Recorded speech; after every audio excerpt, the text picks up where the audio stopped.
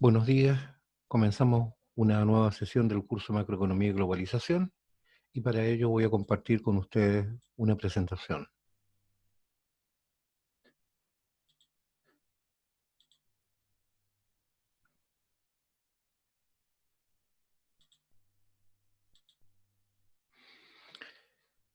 Bien, John Maynard Keynes, que nació el año 1883 y muere el año 46, se terminaba después de haber terminado la Segunda Guerra Mundial, escribió el año 36, o publicó más bien, el libro Teoría General del Empleo, el Interés y el Dinero. Keynes consideraba que el sistema capitalista no tiende al pleno empleo ni al equilibrio de los factores productivos, sino que hacia un equilibrio que de forma accidental podría coincidir con el pleno empleo de los recursos de una nación o de un conjunto de naciones. Él pensaba que se generaba siempre una brecha y por ese motivo era que el Estado tenía que ser proactivo para intentar cerrar esa brecha que existía entre el pleno empleo de los recursos y la economía real, digamos, que obviamente tenía recursos sin emplear. También pensaba en el carácter ascendente de la oferta agregada, es decir, que la producción en el tiempo iba incrementándose, bueno, producto de muchas cosas, entre ellas, digamos, porque va creciendo la población, porque existe mayor grado de demanda y por eso las empresas van produciendo, porque si no, no producen. La oferta sigue pasivamente a la demanda, es decir, las empresas no producen si no existe una demanda que va a comprar aquellos productos que, o bienes y servicios, digamos, que las empresas están produciendo. Si no, estarían perdiendo recursos, gastando dinero de más, pagando mayores grados de intereses, almacenando mayor cantidad de bienes en bodegas, todo lo cual tiene costos, ¿no? Y con lo que se va diluyendo la utilidad, los beneficios. Pero además, digamos, es la tecnología la que va haciendo, digamos, que vaya este proceso de oferta agregada vaya siendo ascendente. La tecnología puede permitir disminuir costos, abaratar costos, de tal manera de que las empresas pueden producir más en forma más económica. Ahora bien, esta demanda agregada o esta demanda global, no, decíamos, habíamos hablado, visto el ciclo, no se mantiene constante en el tiempo. Esta inestabilidad de la demanda agregada proviene de shocks que están ocurriendo en mercados privados, como consecuencia de los altibajos en la confianza de los inversores. Los inversionistas tienen temores y cuando tienen temores entonces no están invirtiendo, paran sus inversiones, detienen todo. En el momento que la detienen, automáticamente, digamos, se dejan de comprar bienes, materia prima, a las empresas abastecedoras en la línea horizontal hacia atrás, digamos, ¿no?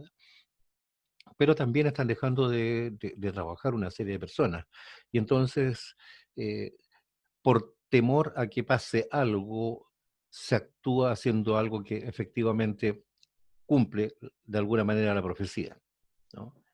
Profecía cumplida de que se va a contraer la economía y efectivamente se contrae porque hubieron acciones que tendieron a hacer aquello.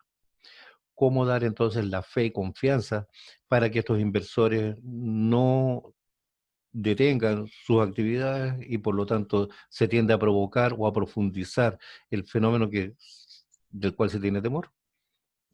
Ahí está la labor un poco de los políticos, ahí está la labor un poco de los administradores,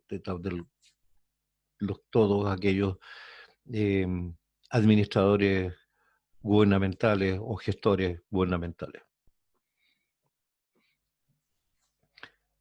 La principal conclusión entonces por el lado de Keynes era que era una apuesta por la intervención pública directa en materia de gasto público que permitía cubrir esa brecha o déficit del gasto agregado. Es decir, el gobierno no es un observador de los acontecimientos económicos en los mercados, sino que es un actor propositivo a través de las políticas de gasto público que van a hacer entonces pretender llevar la economía real a una economía a la potencial, que es donde está el pleno empleo de los recursos.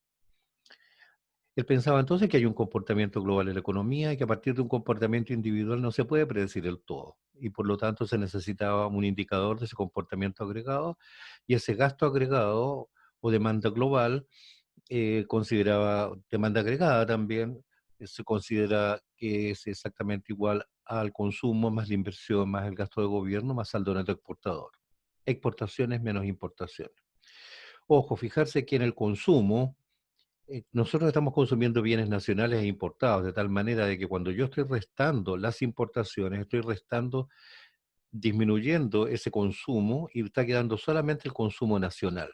De tal manera de que este consumo, más inversión, más gasto de gobierno, más saldo neto exportador, pasa de alguna manera a ser el PIB, el Producto Interno Bruto. ¿Qué puede hacer entonces un gobierno para incrementar o decrementar esa demanda global, ese gasto agregado global? De tal manera de que cada vez que venga el ciclo y el ciclo sea de alguna manera eh, contractivo y entonces de alguna manera el gobierno puede hacer algo por tratar de tener alguna actividad extra que permita aminorar o disminuir los efectos del ciclo, o por el contrario, qué puede hacer el gobierno para incrementar esta demanda global de tal manera de poder llegar desde la economía real a la economía potencial con el pleno empleo de los recursos. ¿Sobre qué variables puede incidir esta política económica que va a ir destinada al crecimiento, a disminuir el desempleo y a mantener una estabilidad de precios? ¿Qué política económica debiera ser la adecuada para los fines que se persiguen a través de esta política macroeconómica? Esta demanda agregada, esta demanda global se ve afectada, por un lado, tenemos inflación. Si esta demanda crece, se nos empieza a provocar inflación, porque se provoca un exceso de demanda frente a la misma producción de bienes. Recordar que la oferta agregada, que es la producción de bienes y servicios, sigue pasivamente a la demanda, por lo tanto, parte la demanda primero, se provoca un exceso de demanda, no está la satisfacción suficiente, los bienes para poder satisfacer las necesidades de la gente, de las familias, de tal manera de que en ese exceso de demanda se provoca inflación, es decir, incremento de precios. ¿Qué lo afecta? O si yo quisiera incrementar esta demanda agregada, ya sé que si la incremento se me va a provocar un fenómeno inflacionario, va a haber presiones inflacionarias. Pero ¿qué puedo hacer para que incrementar esta demanda agregada? Bueno, incrementar el consumo a partir de disminuir las tasas de impuestos y por lo tanto, eh, si las personas comienzan las familias comienzan a pagar menos impuestos, tendrán una mayor cantidad de dinero disponible, un ingreso mayor disponible, de tal manera que pueden incrementar su consumo, pero también su ahorro. Las familias lo que hacen, su ingreso disponible, el ingreso menos el pago de los impuestos y las transferencias eventuales que le puede hacer el Estado, el gobierno, lo destinan a consumo y ahorro. De tal manera de que menos impuestos, mayor ingreso disponible y por lo tanto mayor grado de consumo, mayor grado de ahorro. Podríamos incrementar la inversión. Y eso significa que las tasas de interés a los que están afectados los dineros sean más económicas y por lo tanto ver de qué manera podría disminuir esa tasa de interés o los tipos de interés de mercado. Se puede incrementar también con un incremento del gasto de gobierno. Es decir, el gobierno tiene un presupuesto fiscal expansivo, donde la mayor cantidad de dinero va a ir destinada a lo mejor a inversión pública, va a ir, qué sé yo, a colegios, contratará más trabajadores, tendrá más actividades, digamos, no sé, destinará mayores recursos a salud, mayores grados de infraestructura, de tal manera que todo aquello, digamos, es un mayor gasto que va a incrementar esa demanda agregada. Por otro lado, entre el saldo neto exportador, exportaciones menos importaciones, lo que podríamos hacer es tener una mejor relación de cambio, ¿ya? Esta paridad de cambio de la moneda, de tal manera de que pudiéramos ser más competitivos exportando, ¿ya? Y estamos exportando más e importando menos. Y de esa manera entonces el saldo neto exportador se incrementa y al incrementarse estamos incrementando este demanda global. En contrario, si nosotros quisiéramos restringir, contraer o disminuir esa demanda agregada, lo que nosotros tenemos que hacer entonces es actuar sobre el consumo, disminuir el consumo a través del incremento de los impuestos personales, de tal manera que las familias ahora tienen que pagar más impuestos, tienen menos dinero disponible, consumen menos, ahorran menos y obviamente se decrementa o disminuye esta demanda global.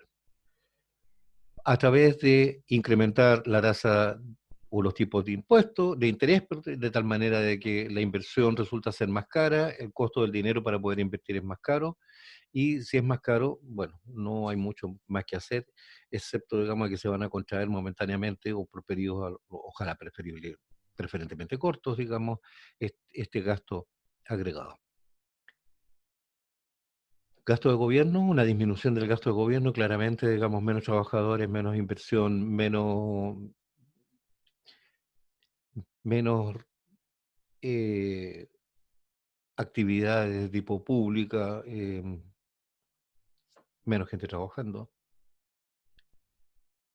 Todo esto provoca una contracción que está afectando obviamente el gasto agregado. Y si la paridad de cambio es menos beneficiosa, lo que va a pasar es que vamos a exportar menos e importar más. De tal manera que se provoca nuevamente un efecto contractivo en este gasto global, en esta demanda global. Obviamente, toda esta contracción lo que va a provocar es desempleo. De tal manera que lo que tenemos nosotros es un modelo que está planteando Keynes a partir de esa demanda global, que es antinómico entre la inflación y el desempleo. Es decir, no puede coexistir inflación y desempleo al mismo tiempo. No puede haber una inflación que está generando mayor empleo junto con el desempleo.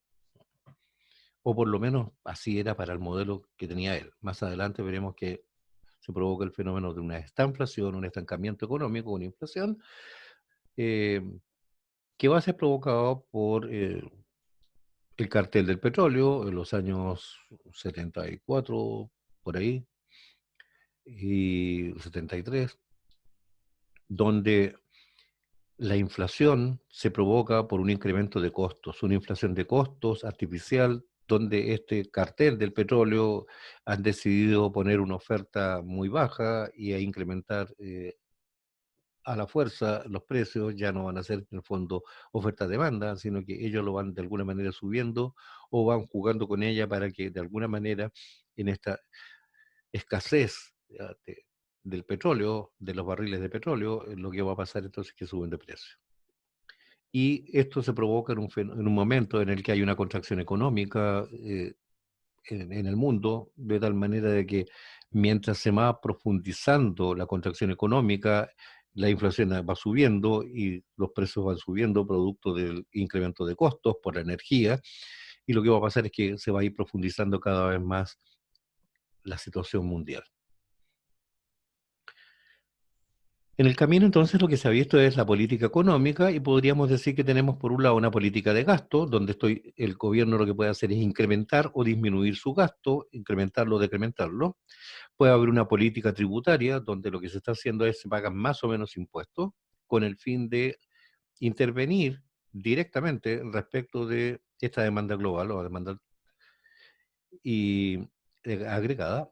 Y por último, tenemos una política monetaria que no hemos visto hoy día, pero que se va a ver después, cuando lleguemos al mercado monetario, donde se manifiesta de dos formas. Por un lado está la instancia de política económica, que es la tasa de interés que el Banco Central le cobra a la banca privada por prestarle dinero. Y por otro lado está la paridad de cambio de la divisa, que vamos a ver en el momento que tengamos mercados abiertos y una economía abierta, y entonces estamos comerciando con el exterior y aparecen las divisas, la moneda extranjera, y entonces tenemos que ver cuál es la relación que existe en el precio entre cada una y otra, producto del poder adquisitivo que hayan de una canasta de bienes o de bienes iguales, digamos, entre una economía y otra. Bueno, y por último, volver a refrescar la idea de que en este modelo, en el modelo de Keynes, la inflación y el desempleo son antinómicos, así no pueden existir al mismo tiempo. Para poder entender un poco más esto, imaginemos la economía como si fuese un vaso de café, donde están ingresando flujos de entrada y tenemos flujos de salida. Entonces, a la entrada tenemos como flujo que está incrementando el nivel del vaso de café, ¿no? Que es el nivel de actividad económica, que es esta demanda agregada. Tenemos la inversión, el consumo, el gasto de gobierno, las transferencias, que son los regalos que hace el Estado a las personas por una única vez, más atendía a circunstancias especiales, obviamente, y más las exportaciones. Y por otro lado, el vaso se está llenando y en la parte superior, que todavía no ha llegado a rebalsarse el vaso, hay una diferencia entre el nivel de café, que es el nivel de actividad económica, que es la demanda agregada, con, con esta oferta agregada, que es la altura total del vaso de café, y hay una diferencia entre esa oferta agregada y esa demanda agregada. Esa diferencia es la capacidad que tiene la economía para enfrentar la demanda. Es todo este capital que existe, estas instalaciones que permitirían producir más, incrementar, ¿ya? Pero que están sin utilizar. Son recursos desempleados. La diferencia entre esta oferta agregada y la demanda agregada son los recursos desempleados y sería todo lo que puede eventualmente crecer este vaso de café a partir de este nivel de actividad económica hacia arriba. Se trata entonces de que crezca, que las entradas del flujo permitan ser mayores que las salidas del flujo, de tal manera de que esto crezca y llegue, ojalá, al pleno empleo, todos los recursos, toda esta oferta agregada, sin rebalsar, porque el momento que rebalsa se están perdiendo todas las entradas del flujo, se están perdiendo, están yendo a otro lugar. Y las salidas del flujo son el ahorro, el pago de impuestos y las importaciones. Contracciones económicas. Hemos hablado del ciclo económico y tenemos el ciclo de crecimiento, y entonces eh, esta actividad que disminuye estas variaciones o contracciones que se están provocando, esta inestabilidad y no permanecer en forma estable, esta idea de la imagen del vaso de café nos puede contribuir a poder explicarla, entendiendo, digamos, entonces, que cuál es el nivel de actividad económica de lo que está ocurriendo y cuál es el nivel, entonces, de que está ahí dentro de este vaso de café. Una recesión es una contracción o una disminución o pérdida generalizada del nivel de actividad económica de un país o una región. De tal manera de que, ¿qué factores podrían provocar estas contracciones? Se pueden provocar por factores ambientales, es decir, tifones, inundaciones, huracanes u otros que eventualmente pueden provocar estos fenómenos, ¿ya?, de una contracción económica que no necesariamente lleva a una recesión a menos que sea muy, muy grande, ¿no? Eh, sí afecta de todas maneras, o sea, viene un tifón, un huracán y deja todo por el suelo y hay que volver a reconstruir puentes, caminos, hay que hacer casas, todo, sí, hay una actividad económica extra, ya, pero por otro lado, ¿cuál es la capacidad que tiene el Estado o el gobierno de poder enfrentar esto adecuadamente si no es endeudándose y por otro lado sacrificando, porque los préstamos hay que devolverlos, está sacrificando, digamos, recursos presentes y futuros, ¿ya?, para el crecimiento del país? Y por lo tanto, esto está provocando, está afectando el ciclo económico de esa economía en particular. ¿Qué puede provocar una contracción económica? Factores internos como impuestos, alta regulación, una convulsión social u otros sucesos que impacten en los incentivos de los productores. El caso chileno es particular, lo que hemos visto a partir del 18 de octubre. eh, Tuvimos una convulsión social, la gente salía a las calles, no se podía trabajar, o se disminuyeron los horarios, no hubo el abastecimiento adecuado, las empresas cerraban y se cuidaban, trataban de cuidarlas porque venía la horda y entraba, rompía, quemaba, destruía, y todo aquello, digamos, en la convulsión social y política está provocando una destrucción de capital instalado, hay destrucción de empleo. Los capitales lo único que quieren es de alguna manera irse y protegerse, tratan de sacar su dinero, quieren llevarse su dinero fuera o protegerlo, y por lo tanto los capitales que están, digamos, en pesos, quieren transformarlo en dólares, se provoca un exceso de demanda de dólares, se incrementa el precio del dólar y nuestras importaciones salen más caras, entre ellas la energía. Entonces el problema se va complejizando cada vez más. Asimismo, por escasez de recursos, porque se han agotado algunas cosas, por terremotos, por condiciones sanitarias, que en este caso tenemos particularmente enfermedades y la pandemia, particularmente que nos ha afectado tanto, u otros pueden haber contracciones económicas que pueden llevar eventualmente a una recesión. La pandemia hoy día ha provocado una contracción económica de tal nivel, con tal cantidad de empleados destruidos, que esto no va a ser fácil de salir. Estamos en una recesión no solamente técnica, porque ha pasado 2 trimestres, sino que es mucho más que eso, y estamos pensando que volver a los niveles normales que teníamos antes del 18 de octubre del año pasado, a lo mejor pueden pasar 3 años tranquilamente. Asimismo, también tenemos factores externos que nos pueden provocar shocks, ¿ya?, de oferta-demanda. Cuando Estados Unidos está de alguna manera peleando con una guerra comercial con China, producto de un desbalance de la balanza de pago, es decir, Estados Unidos está importando más de lo que está exportando a China y por lo tanto piensa que se están afectando el empleo y la producción norteamericana, y se comienzan a poner aranceles que son impuestos a las importaciones y impuestos de alguna manera exagerados.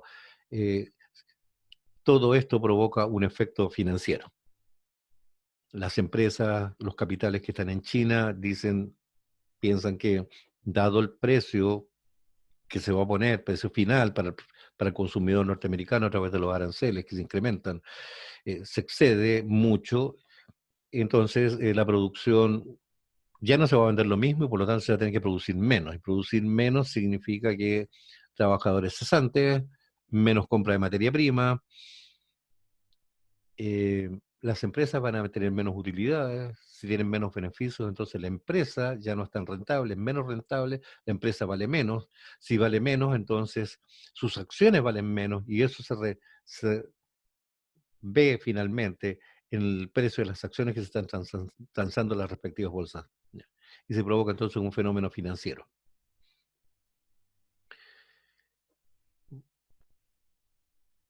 Cuando se provoca la contracción económica, los efectos son múltiples, ¿no? Se afectan muchas cosas. ¿Qué las produce? Bueno, para los keynesianos, los ciclos económicos son inevitables, ya que son el resultado del cambio cíclico de la eficiencia marginal del capital. Es decir, esta eficiencia marginal del capital, producto de los cambios tecnológicos, eh, del proceso del ciclo de vida de los productos, es algo absolutamente natural y no se puede hacer nada contra ello. Lo único que el Estado puede hacer es tratar de aminorar sus costos, mitigarlos a través del incremento del gasto público y en los planes y programas donde va a destinar este incremento del gasto público de manera tal de poder eh, aminorar los efectos de la cesantía, ah, los efectos de la contracción económica.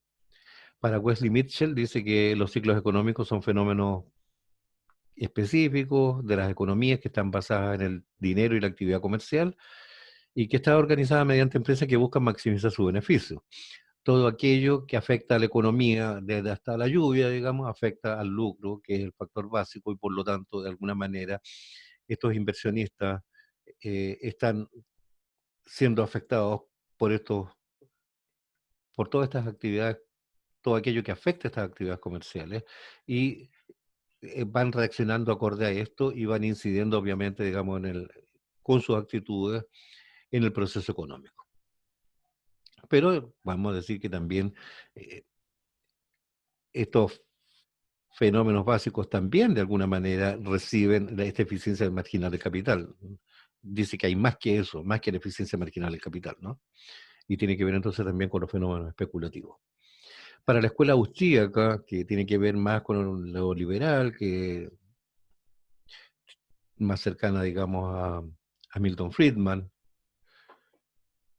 y la escuela austríaca donde está su mentor de Milton Friedman, que es von Hayek, dice, para la escuela austríaca esto deviene de producto de una expansión económica artificial que no estaba respaldada por ahorro voluntario previo y generada por una manipulación a la baja de los tipos de interés. Entonces, se bajan las tasas de interés de alguna manera y se provoca que el dinero sea más económico, y siendo más económico, lo que se está pretendiendo hacer es que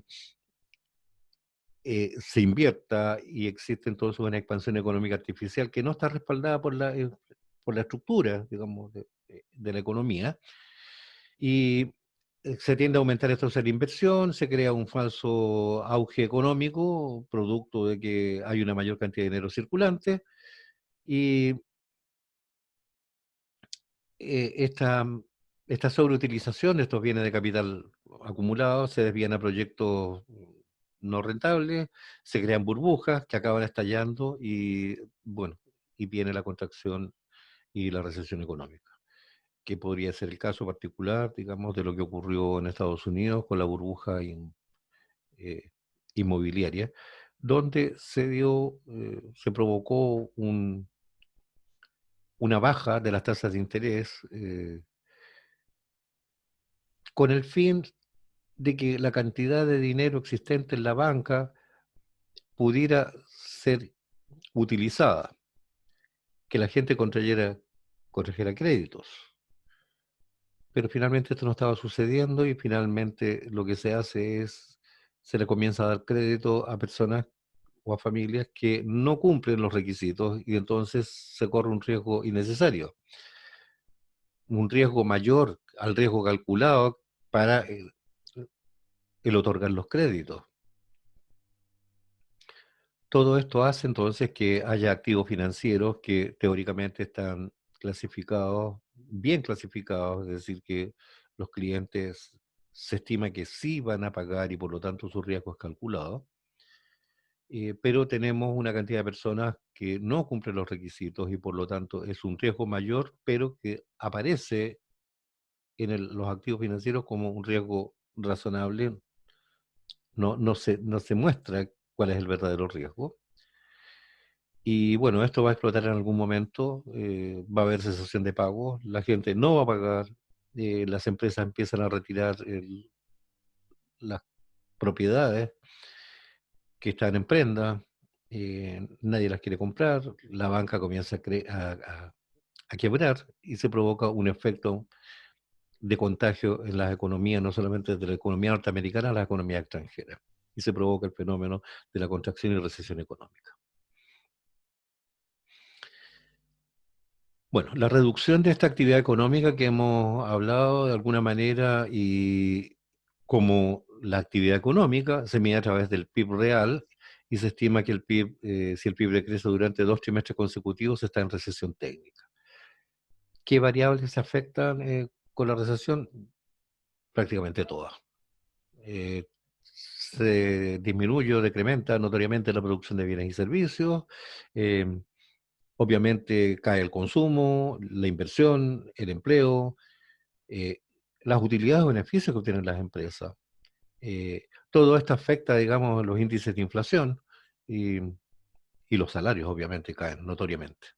No habiendo trabajo, mucha gente desempleada y aquellos empleados que están empleados, incluso las empresas terminan reduciéndole sus sueldos porque la verdad es que no pueden pagarlo. ¿Cómo lo vemos? Cuando tenemos aquí, y mirando entonces la taza de café, el vaso de café, lo que teníamos es que se incrementan los recursos desempleados porque no se está produciendo lo necesario y tampoco se está consumiendo, y obviamente el nivel de actividad económica, la demanda agregada va in- disminuyendo de tal manera de que esta brecha de recursos desempleados es la que está creciendo. En términos dinámicos, el equilibrio macroeconómico requiere que las entradas al flujo sean iguales a las salidas del flujo, para poder mantener el mismo nivel, ¿no? Por lo tanto, lo que se debiera es controlar la demanda agregada porque las presiones de consumo traen inflación. La gente quiere consumir más, pero si la demanda es mayor que la oferta, entonces lo que va a pasar es que se incrementa la brecha y al incrementarse la brecha se provoca un exceso de demanda que va a tender a presionar para el incremento de precios, de tal manera que se provoque inflación. Inflación que sería un crecimiento de la demanda en múltiples actividades económicas. ¿Qué es lo que se debería hacer? Tratar de mantener controladas las presiones de consumo, ¿ya? Y que sean razonables, que el crecimiento sea razonable de tal manera de que la industria también se va adecuando a la producción que está requiriendo esta demanda. Recordar nuevamente, la oferta en la producción sigue pasivamente la demanda. Y por lo tanto, que, se, que sigan a un ritmo razonable para mantener una estabilidad de precios y no que se expanda muy rápidamente la demanda y no crezca a la misma velocidad esa oferta porque provoca el incremento de precios y la inflación. ¿Qué es lo que se debe hacer? Es tratar de controlar el rebalse del vaso, o sea que no acceda ya el, la producción, digamos, acorde a los recursos disponibles que se tengan. Y el trabajo a largo plazo es que el vaso crezca, que la economía crezca, que la torta crezca, de tal manera de que cuando se parte esa torta, cada uno pueda obtener, digamos, un trocito más grande del pastel, ¿no? Que las entradas sean entonces mayores a las salidas, lo que va a hacer es que va a crecer el nivel de actividad económica, va a crecer el PIB. Si estas entradas son mayores a la salida, esto está disminuyendo. Bueno, y si las entradas son iguales a la salida, entonces el PIB no crece, se mantiene constante. ¿Cómo aumentar el nivel de entrada al flujo? Bueno, habíamos visto que había incremento del gasto de gobierno, que es la única herramienta directa del gobierno, porque no puede incidir nada sobre el consumo, no puede incidir sobre la inversión, que son decisiones de los inversionistas, de los privados, a menos que pueda tratar de otorgar de alguna manera cierto grado de facilidad o beneficios que pudieran hacer que las empresas a lo mejor pagaran impuestos un poco más económicos desde el punto de vista tributario, que beneficiarlos en parte para que ellos inicien sus actividades o incrementen su inversión. El Estado pierde por un lado, pero por otro lado gana en la medida que se genera más empleo. Y esto dinamiza la economía en múltiples actividades económicas. De tal manera que a lo mejor pierde por un lado, pero el incremento de todo el resto de las actividades económicas le va a permitir, digamos, una devolución importante de aquellos impuestos que teóricamente dejaron de percibir. ¿Qué pasa si aumentan los impuestos? Bueno, si aumentan los impuestos, las salidas aumentan y disminuye el nivel de actividad económica. Y eso debe quedar claro, digamos, que se disminuye el nivel de la actividad económica. ¿Cuál es el trabajo en el corto plazo? La idea es crecer sin rebalsar y en el largo plazo que el vaso crezca y no solamente que crezca, que esté creciendo la economía, sino que ese crecimiento sea armónico. Porque si no es armónico y crece solamente en algunas actividades y crece mucho en algunas de ellas, estas diferencias van a provocar problemas futuros, ¿no? Videos complementarios que sería interesante que vieran ustedes. La muerte y resurrección de Keynes es un video muy entretenido. Lo, lo realizó el señor don Julián Pavón, un catedrático español de una escuela europea, de una universidad. Es muy, muy interesante, muy atractivo.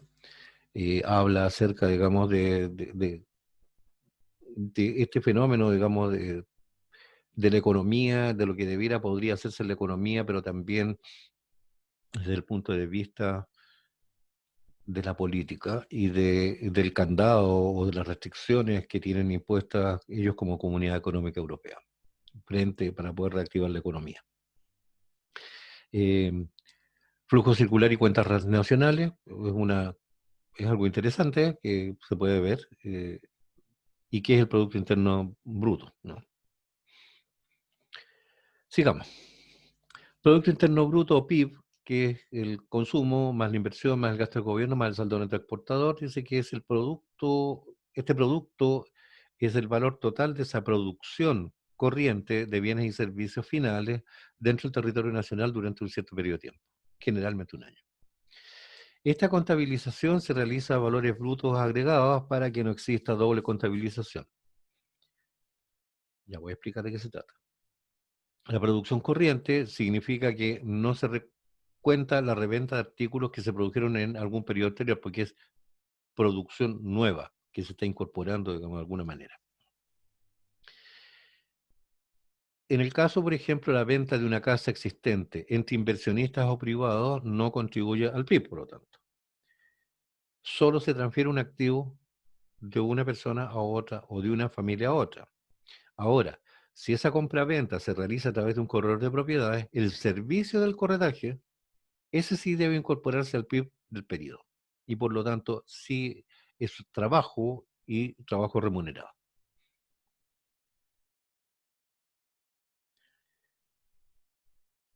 Valor bruto agregado, valor bruto añadido, que había dicho. Es una magnitud que mide cuánto valor se genera y se agrega en cada proceso por el conjunto de los productores de un sector o subsector económico.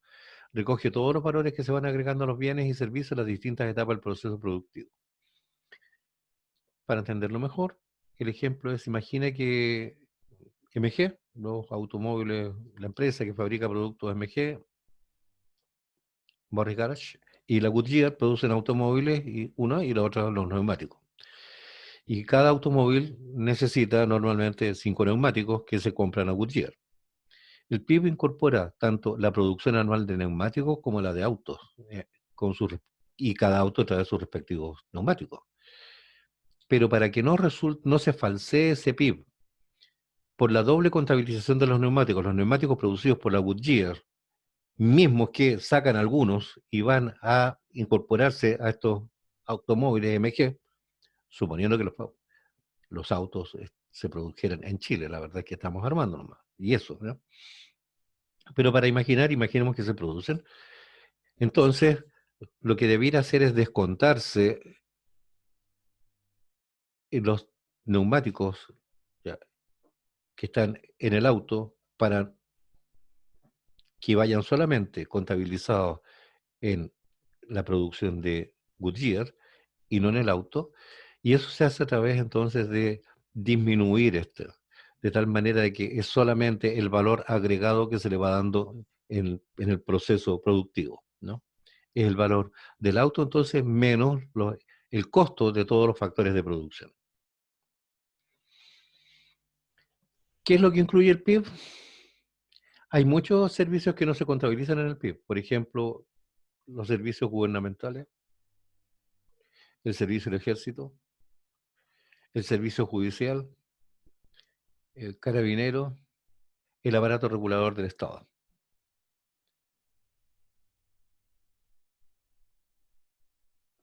Bienes y servicios que no se contabilizan en el PIB son todos aquellos que no pasan por el mercado. Producción de bienes y servicios informales, el jardinero, los servicios domésticos u otros que por no existir información no pueden estimarse. Todo lo negro, todas las actividades negras, las que no son declaradas, eh, son servicios que no están contabilizados en el PIB. Por ejemplo, todos los servicios realizados por las madres y dueñas de casa del país. Cuando yo vivo solo y necesito que me hagan el aseo en la casa, y no es que yo no lo pueda hacer, si lo puedo hacer, lo que pasa es que estoy haciendo otras cosas, o prefiero hacer otras cosas, o prefiero pagar para que lo hagan, ¿ya? Entonces tengo que contratar a alguien. Si yo contrato a alguien y tengo con contrato y el pago de las cotizaciones previsionales, va a figurar como un trabajador y por lo tanto va a tener que figurar de alguna manera como prestación de servicios en el PIB. Si lo hago negro no figura. Pero la persona está recibiendo dinero y con ese dinero de alguna manera va a comprar bienes o servicios. Y las madres, las dueñas de casa en general trabajan y no perciben sueldo, ¿no? Entonces, no figuran en ninguna parte, digamos, ¿no? El valor de los alimentos cultivados en un huerto familiar tampoco figura. Las mermeladas y los alimentos caseros que se hacen, bueno, la venta informal de productos, eh, la producción y venta de productos falsificados o productos piratas, la prostitución, el juego y las apuestas ilegales, la venta de drogas y otros, ninguno de aquellos no figura en el PIB y pasan a ser de alguna manera como una economía hundida. Es decir, nosotros observamos, igual que en lo que produce en una masa de hielo, un iceberg en el mar, vemos solamente la puntita de algo y hay toda una parte escondida. Vemos una parte de la actividad económica, vemos otra que está escondida, que no logramos ver, ¿no? Y no podemos cuantificar de alguna manera cuánto es porque la desconocemos. Existen ideas acerca de cuánto, pero no se sabe. La economía informal puede llegar a tanto que hace unos buena cantidad de años atrás se estimaba que entre la venta de productos piratas y películas y otros CDs, DVDs que se vendían en la calle y libros piratas que se vendían en las calles, en las cunetas, se estimaba que había una evasión equivalente a unos 50 millones de dólares para el fisco, producto de los impuestos. Y bueno, a partir del PIB, digamos, y de los indicadores simples que queremos tener para que de alguna manera nos den unos pocos indicadores que nos den una idea general de lo que está aconteciendo en el país. Eh, Normalmente la evolución macroeconómica de un país se juzga por tres medidas básicas. La tasa de incremento de la producción, que es Producto Interno Bruto, tasa de crecimiento de la producción o de crecimiento, ¿no?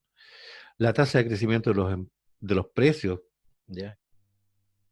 Que se pretende tener como inflación controlada, es decir, que esté entre un 3 y un 3,5% anualmente, y la tasa de desempleo. El óptimo para un país es lograr entonces conseguir un alto crecimiento, tener una baja inflación, una estabilidad de precios y una baja o nula tasa de desempleo, y que serían los objetivos naturales y normales de las políticas macroeconómicas. Ahora, si el Banco Central va a poner su foco en todas o va a poner en algunas, bueno, lo ponen en algunas porque en realidad a veces tratar de controlar dos cosas que están de alguna manera relacionadas, controlo una pero se me dispara la otra y al final de cuentas a lo mejor tengo que tener objetivos en una para, por como rebalse, por así decir, ¿no? O por contagio, empezar a controlarse la otra. ¿Por qué puede variar el PIB real en el tiempo? Esa producción interna bruta, porque varía la cantidad de recursos de que dispone la economía, o sea, la tierra, el trabajo, el capital, ¿no? Eh, Puede variar también porque, no solamente porque hay menos ya, trabajo o menos capital, disminución porque hubo un terremoto, porque está cambiando la tecnología y ya esto ya no nos sirve y tenemos que adquirir nueva tecnología.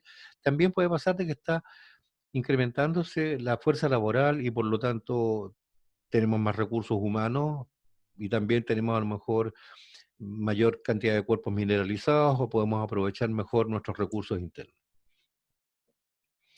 También puede variar por la eficiencia con la que trabajan los factores de producción y por lo tanto se provocan incrementos o decrementos por productividad. Por la variación del empleo de la cantidad de recursos de la que se dispone para la producción, que podría ser incluso por tecnología, ¿no? No solamente por incremento de la fuerza laboral. Y no todo el capital y el trabajo existente en la economía se utilizan en todo momento. Siempre va a haber recursos ociosos, siempre habrán desempleados, ¿no? Eh, Pretendemos llegar al pleno empleo, queremos llegar al pleno empleo de los recursos, pero siempre va a haber una cantidad que no vamos a poder de alguna manera controlar, no, no va a poder, no vamos a poder usar siempre el 100% de todos los recursos, pero hay que tratar de disminuir y que la brecha sea cada vez menor, ¿no? Lo que debería ser un buen administrador. ¿Qué consideraciones podemos hacer en relación a los niveles, a los indicadores del nivel de actividad económica? Los indicadores nos dan cuenta de la distribución de los bienes en la sociedad, cómo se distribuye esta riqueza generada. Es decir, podemos tener el país A y el país B, que ambos tienen el mismo PIB, a pesar de que no se pueden comparar PIB de dos países, pues son cosas diferentes. Pero cuando tenemos una cantidad de, en el primero tenemos 2 habitantes y en el otro tenemos un habitante, el per cápita en uno es 100 y en el otro es 50. Y por lo tanto, con esto quiero decir que el per cápita no es un buen indicador para tomarlo como de alguna manera como un indicador de bienestar.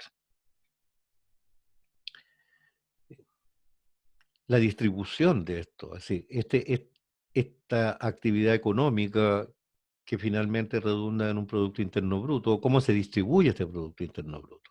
Eh, en el mismo, en un país que tenga el mismo PIB y la misma cantidad de individuos o de familias, en una se puede distribuir 60-40 y en la otra 95-5, y por lo tanto el PIB per cápita nuevamente no nos dice absolutamente nada porque el PIB es un indicador global y a partir de ese indicador global quiero irme de alguna manera como a lo micro, a lo particular, y resulta que ese indicador no es claro porque no está reflejando la distribución que está aconteciendo en el país. Solo circunstancialmente podría pasar, ¿no?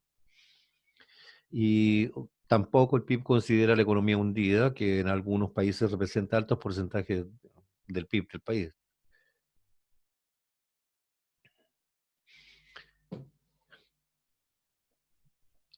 La contabilidad nacional, que es donde se registran el sistema de cuentas que lleva el Banco Central y se registra de alguna manera toda la actividad económica del país y de dónde vamos a poder obtener el PIB y cómo se comporta cada uno de los sectores y subsectores económicos y a través de todo el análisis de la matriz de insumo-producto.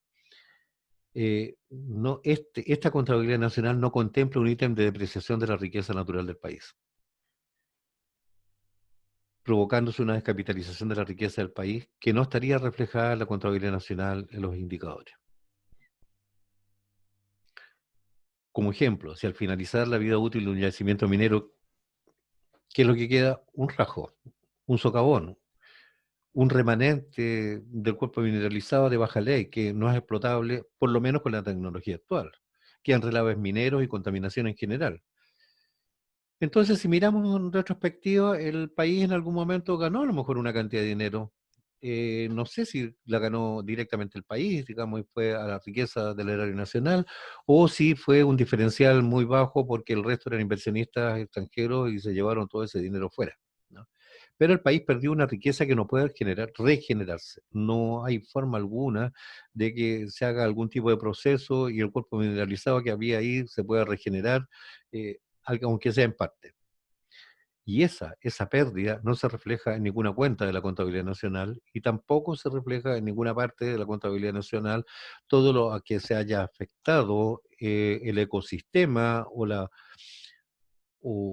el medio ambiente producto de la actividad económica que claramente, en este caso minera, contamina.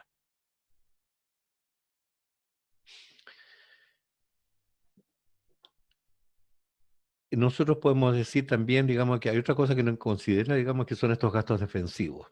Eh, y que se consideran de alguna manera como supuestos beneficios para la población y de alguna manera están relacionados con el ejemplo que acabo de dar, pero voy a dar otro, va a quedar claro este y también el anterior.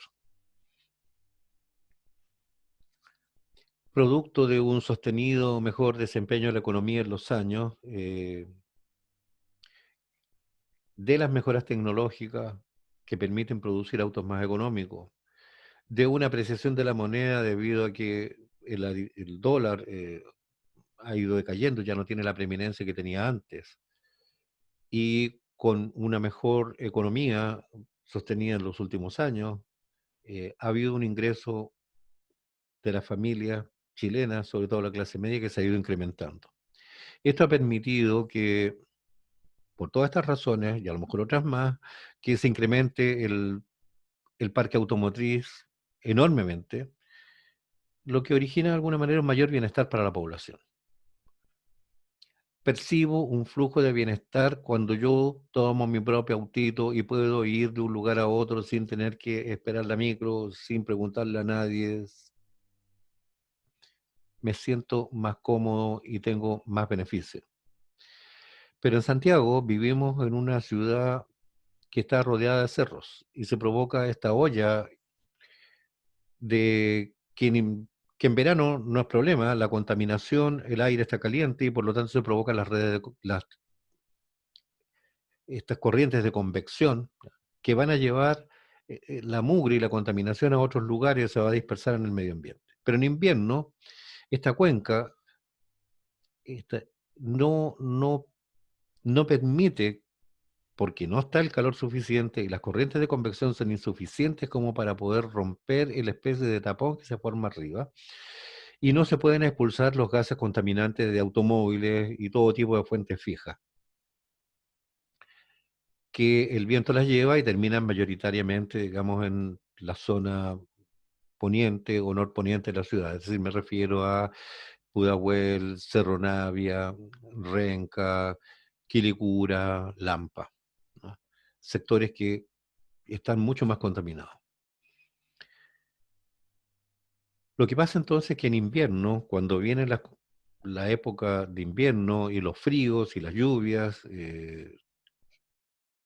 los niños más pequeños, las guaguas y los ancianos terminan con enfermedades respiratorias, que se complican y se agravan mucho más porque en los lugares que residen ellos, si están en esta zona eh, poniente o norponiente de la ciudad, terminan respirando una mayor cantidad de mugre, lo cual los obliga a que acudan a los centros asistenciales, donde se incrementa el número de camas, se incrementa el número de medicamentos que tienen que tomar, se incrementa las hospitalizaciones, se incrementan las salas giras, toda la atención de médicos y paramédicos, oxígeno y otros. Esto podríamos decir que se va a reflejar después en la contabilidad nacional, en el ítem correspondiente a lo mejor a salud. Y uno podría observar que entre un año y otro, lo que pasó entonces es que la cuenta esta se incrementó mucho más ya de lo que a lo mejor debiera incrementarse producto del crecimiento de la economía. Si la economía creció un 4%, entonces uno decía, bueno, si pasamos de un año a otro y estamos con un 4%, significa de que no creció en términos relativos, se mantuvo exactamente igual. Creció tanto como creció la economía y por lo tanto no ha crecido más. Pero si en vez de crecer el 4 crece al 8, dice, bueno, 8 menos 4 es 4, significa que esta economía en términos reales creció 4% más expresado solamente en la salud. Eso significa entonces que los chilenos, y a lo mejor si estamos hablando solamente de Santiago, los santiaguinos tenemos una mejor calidad de vida respecto de la salud porque estamos accediendo a un mayor gasto en salud que se refleja en hechos concretos. Se gastó más, ¿ya? Ese 4% extra, y es porque se prestó mejores servicios. Lo que no hemos contemplado es que en realidad, si bien es cierto que se gastó más, pero porque tuvimos que defendernos de los males que provoca el bienestar. El bienestar de la población creció porque se incrementó el PIB en el tiempo, porque se pueden acceder a mayor cantidad de vehículos, y esta cantidad de vehículos que se provoca grados de bienestar, pero cuando el vehículo funciona y contamina, empieza a salir esta contaminación que si se va a determinados lugares, lo que va a pasar es que finalmente las personas se van a terminar enfermando o incrementa las posibilidades de enfermedad o potencia que éstas sean aún más fuertes. En el caso de los gastos defensivos, lo que pasó entonces, particularmente, que el bien puede traer originado un mal. Y la pregunta es, entonces, ¿qué pasa con los cigarrillos? ¿Cómo se contabilizan en el PIB? ¿Es un bien o es un mal?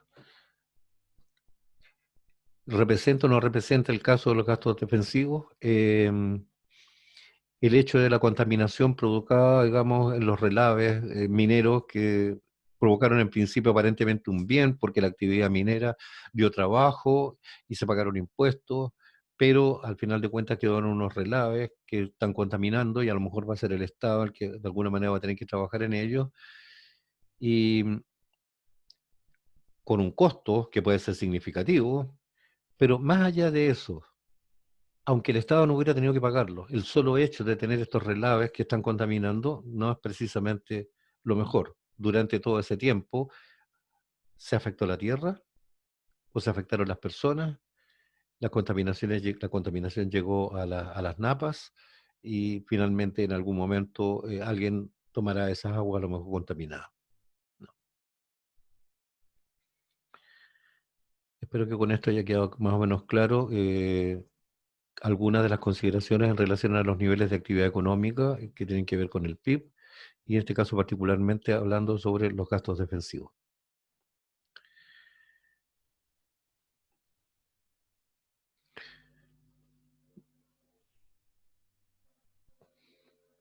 Otra de las cosas que pasan eventualmente es que producto del invierno boliviano en el norte, pero también puede ser provocado en el sur y tiene que ver con las cantidades de las lluvias, los deshielo, se provocan crecidas de ríos, aluviones que arrasan pueblos, caminos, puentes, carreteras. En Coyhaique, una lluvia muy intensa afectó una ladera, esa ladera cayó al- a lo que podría ser como este lago, fue tal cantidad que esto provocó una especie de tsunami, entre comillas, y bueno, muchos daños, y parece que hubieron algún par de muertos desaparecidos, ¿no?